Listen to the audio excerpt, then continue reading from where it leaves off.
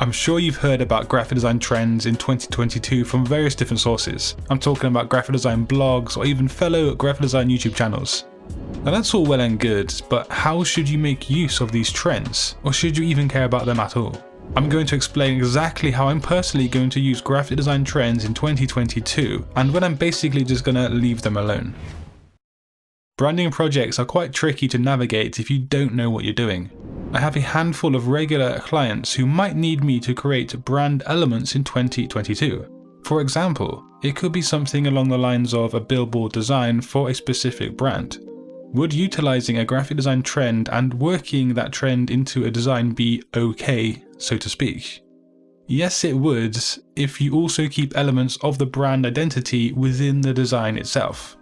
Now, a prime example of this that you might know about would be Nike. Back when duotone was a very popular and trending style in the design world, Nike made use of this and created designs that appealed to that trend, but also which kept things on brand, so to speak. You can see the logo on the design, you can see the minimal approach, and also how the red, dark tones of black finish the design. This is all on brand for Nike. But in terms of 2022, I'm going to look at incorporating retro imagery from the 90s matched up with experimental typography into a lot of my design briefs. Now these trends have spilled over into society as a whole, and they're not just recognized by us designers. This is why they're good to use on media that people in society are going to interact with. However, when it comes to logo designing, I'm going to totally ignore trends in 2022 and also beyond. A logo design is one aspect of a brand identity. The logo should be recognizable, memorable, and stand the test of time. But of course you know this anyway if you watch my videos. If the logo follows a trend, it's going to become too similar to everything else and become untrendy or distasteful in 1 to 5 years. A good example of this bad approach to logo designing would be those minimal kind of logo designs that you see for breweries, coffee houses, or hipster style businesses. Those types of designs were so trendy at one point some years ago. You could see them everywhere, and that's pretty much the problem. At a quick glance, could you ever pick out one business from another just based on a logo? Probably not, and they aren't very brandable because they appear too similar. And on top of that, the design itself has become outdated. Social media is a great place to flex a graphic design trend. For me, I don't really take social media that serious in terms of running my business.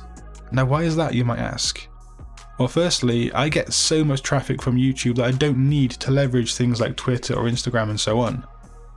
Secondly, it's a matter of time. It's time that I don't have to work on really maintaining a social media presence.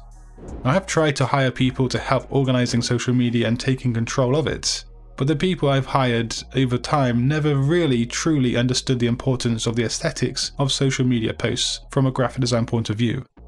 In 2022, however, I am going to aim to make social media more important into my kind of workflow. And this is how I'm going to use graphic design trends. It's important to keep a running theme throughout your social media artwork. Just like when creating designs for a brand strategy, you want to keep core elements the same so that people can recognize the design is affiliated to your brand or social media account. For me, that would mean mainly using oranges or warm yellows matched up with black on white.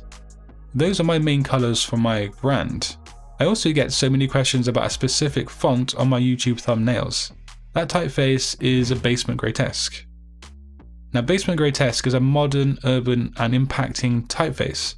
It did fit in well with the kind of vibe or design trend of 2021, and that's why so many people were asking me about the font ID, because they just wanted to go and download it themselves and use it on their designs.